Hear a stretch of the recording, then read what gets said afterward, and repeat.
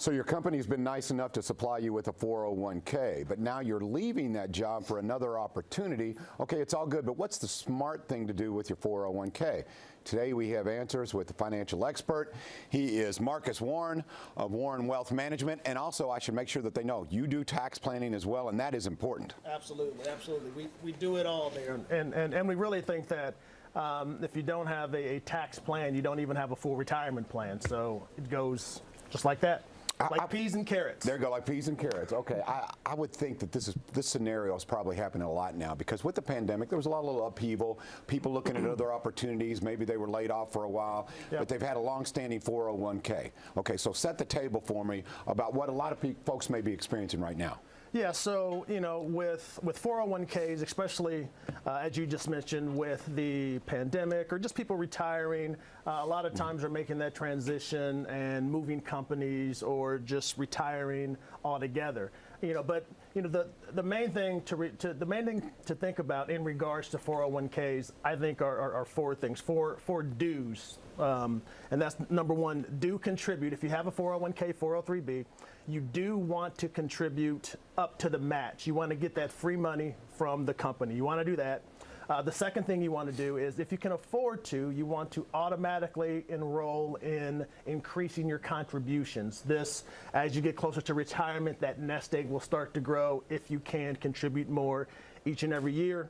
The third thing is you need to understand fees. A big misconception is that 401k plans or 403bs don't have any fees, and they do. 12b1 fees, admin fees, internal management fees. So you have to know what you're paying out in those hidden fees.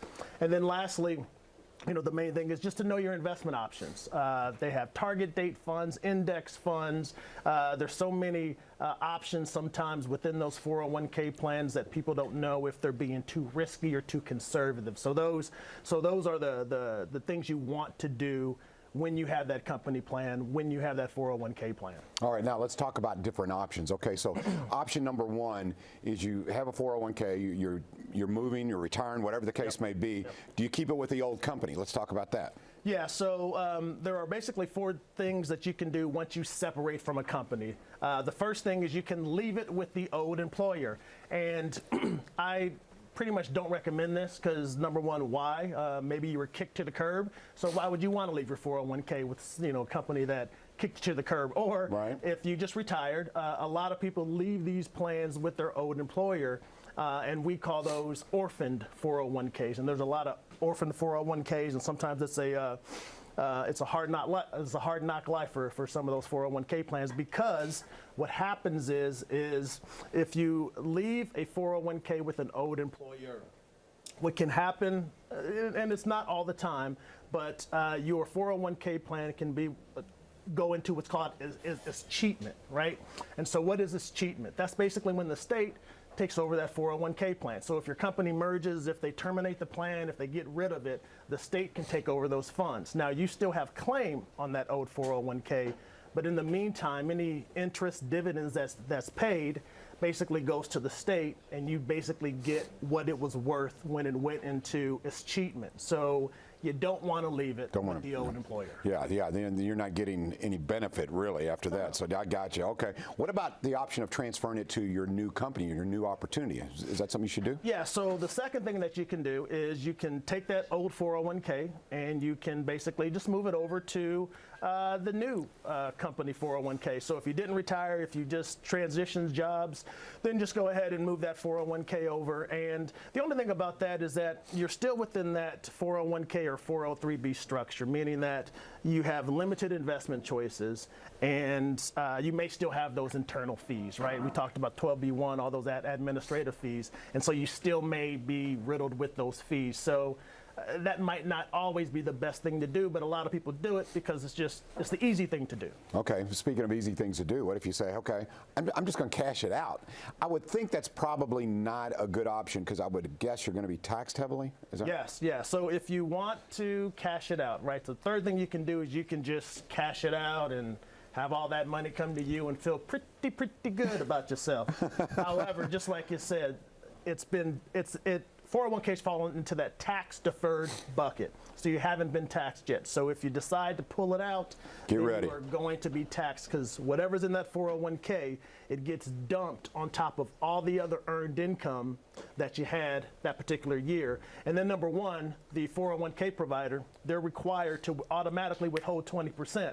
So you're already getting 80 cents on the dollar, plus if you have to pay additional taxes. And so that's not generally the best thing to do, because that tax bill to Uncle Sam can be exorbitant. Wow, interesting. Again, I can't say enough. This guy is a great resource. Marcus, and he is, of course, with Warren Wealth Management. He is Marcus Warren. Okay, now finally, rolling it over into an IRA. Good option? Yes, that's generally, I say it's the best option when you have that old company plan and you want to roll it over into what's called a self-directed IRA.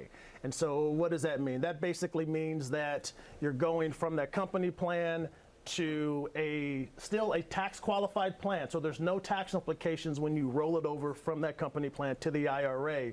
But more importantly, you have control of it now. Okay. So you have control over the things that you want to invest in. So you can have a better control of fees. You can use a money manager. You can buy individual stocks. I say you basically have the investment universe to invest in. So you can invest in stocks, bonds, mutual funds, Bitcoin, gold, whatever you want to in your own self-directed IRA. And then the next thing is you're able to do more, I call it estate planning or tax planning, because it's still in that tax deferred bucket.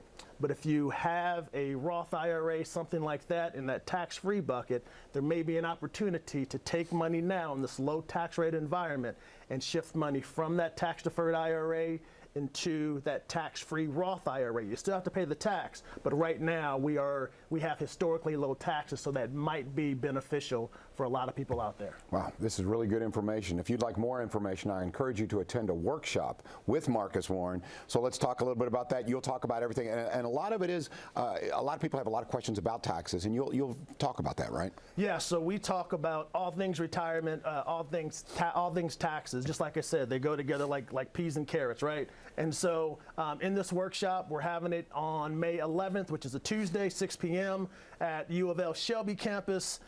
You can register. You can go to warrenwealth.net to register. We have limited seating because of the social distancing aspect of it, but a lot of good information, a lot of good knowledge that's going to be passed on.